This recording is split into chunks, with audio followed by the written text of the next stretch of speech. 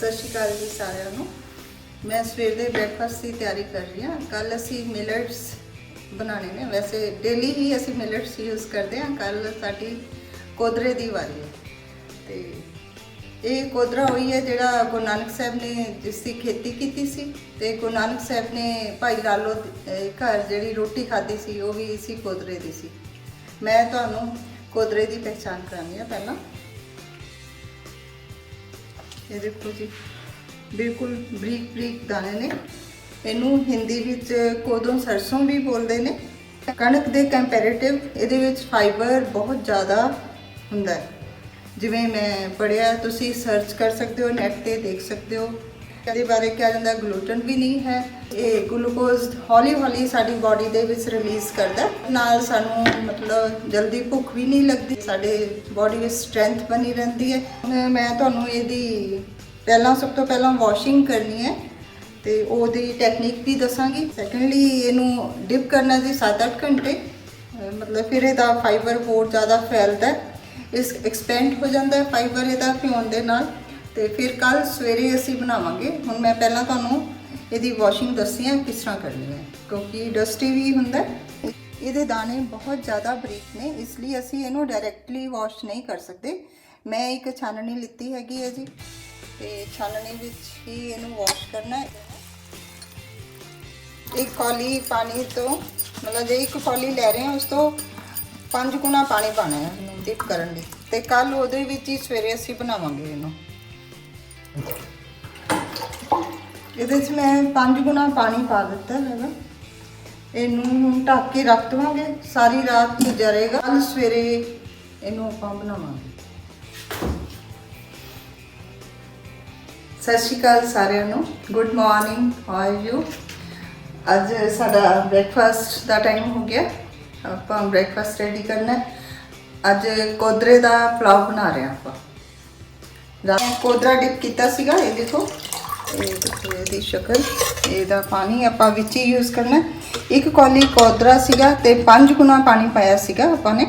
वैसे असी डेली का इनू मिट्टी की हांडी विच बनाने आ, खुला ही बनाना हुंदा।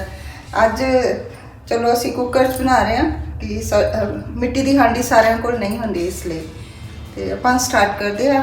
तो अज असी बॉइल्ड नहीं बना रहे, तड़का लगा के मैं पुलाव बना रही हूँ। इसनों अपने प्रेशर दे नाल नहीं बनाना, इनू सिर्फ आप प्लेट नाल ढक के बनावांगे, सल नहीं दवानी। 15 मिनट तैयार हो जाएगा। पहला मैं तड़का बनाऊंगी, फिर तड़का बना के इहदे विच पावांगे, फिर इनू ऑन कर देंगे। ठीक है जी। पुलाव का मैं तड़के की तैयारी कर ली है। ये लिए अपन 2 प्याज चाहिए, करी पत्ता करी लीव्स है, एक स्टिक ये लेनी है अपने, 2 हरिया मिर्चा,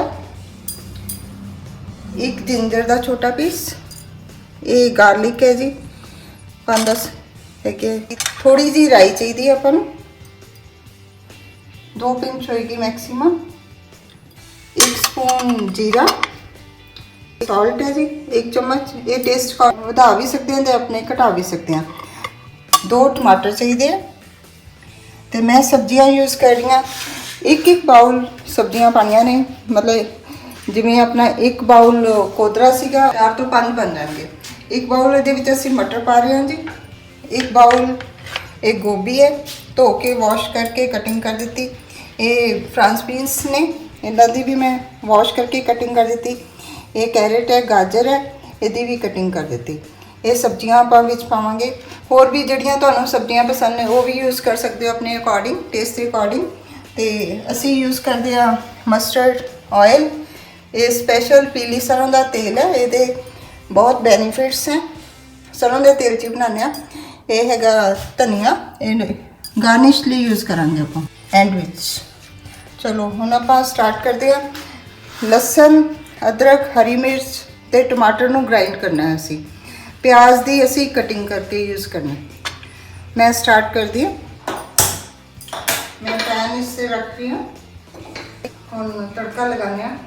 प्याज की कटिंग कर ली हैगी। इनू आप लंबे लंबे पतले पतले स्लाइसिस भी कर सकते हो, पर अज सारिया सब्जियां की शेप इस तरह की, इसलिए मैं अज इस तरह का प्याज ही कटिया।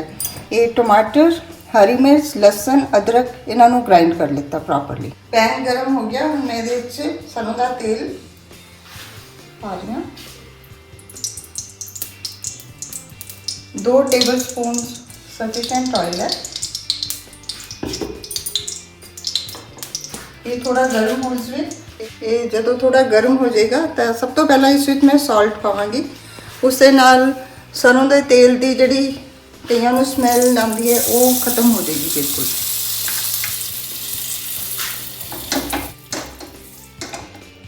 प्रॉपरली गर्म हो गया जी।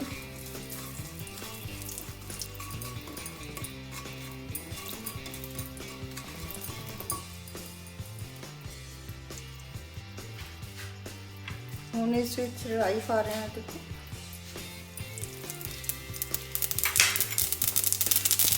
राई थोड़ी जी जो ये आवाज़ आने लगती नाल दी नाल प्याज पाने।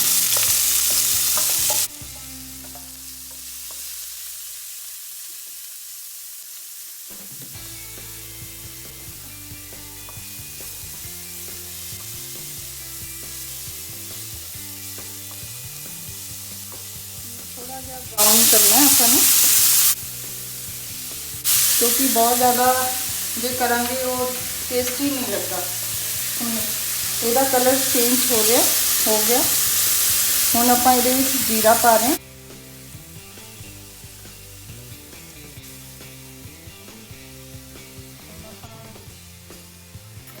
करी लीव्स पा रहे हैं जी।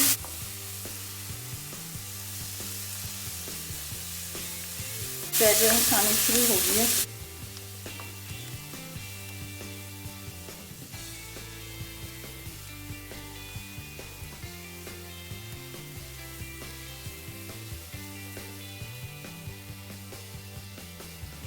इसका कलर भी चेंज हो गया तो खुशबू भी करी पत्ता की भी आ रही है, जीरे की भी विचों आ रही है, राई की भी आ रही है, सारिया खुशबू आ रही ने ये विचों।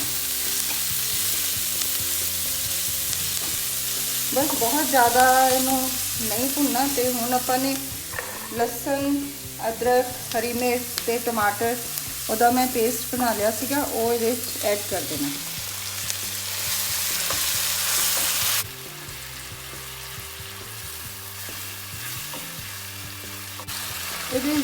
जे हल्दी पानी है तो हल्दी भी ऐड कर सकते हैं आप, पर अज असी हल्दी नहीं पा रहे विच,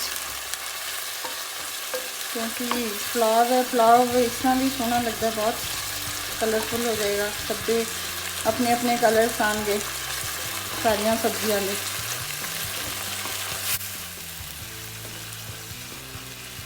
तड़का रेडी हो गया ऑलमोस्ट। 1 मिनट हो कर लेना है।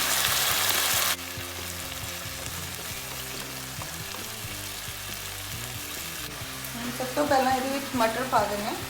मटर में ज़्यादा टाइम लगता थोड़ा सा। ये एक बाउल में कहाँ रखा सीगा मेजरमेंट ली कि सारिया सब्जियां एक बाउल में।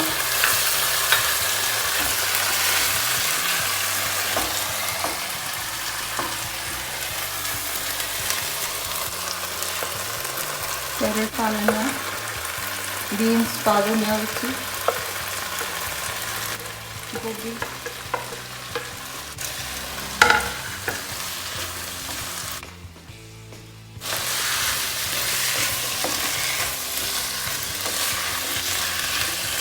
देखो कितना सोहना इन्हों का कॉम्बिनेशन बन गया। ग्रीन, ऑरेंज, रेड, वाइट, बहुत ही प्यारा कॉम्बिनेशन है इन्हों का। टेस्ट इस तो भी ज़्यादा अच्छा बनेगा।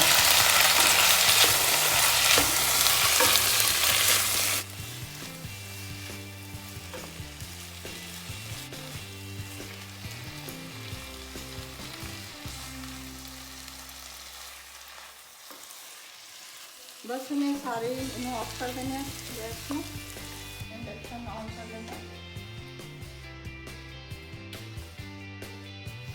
स्लो ते ही बनाना जी, स्लो दे उत्ते ही इन्हों कुक करना है, मतलब आराम नाल बने, हौली हौली। ये सारिया सब्जियां इस विच ऐड कर देने।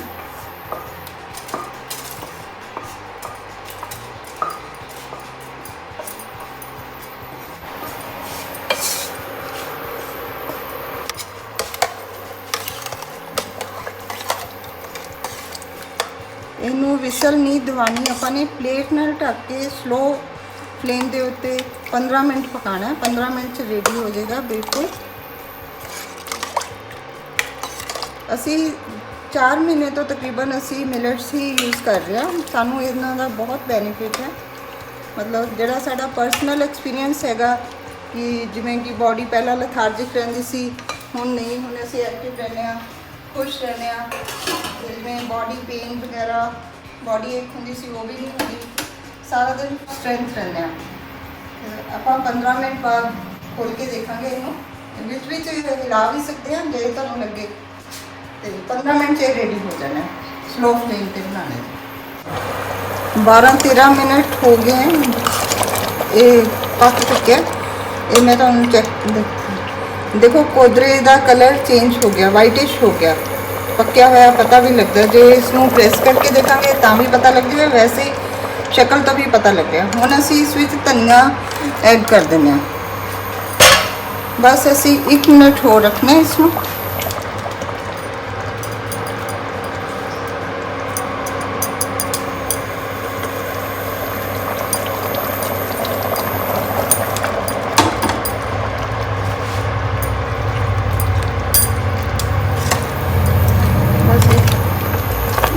ਅਸੀਂ ਹੋਰ ਰੱਖਾਂਗੇ ਇਸ ਨੂੰ।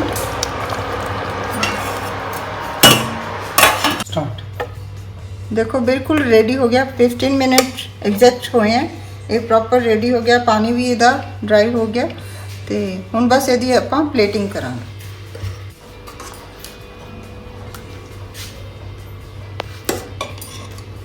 कलरफुल बड़ा ही सोहना लग रहा है।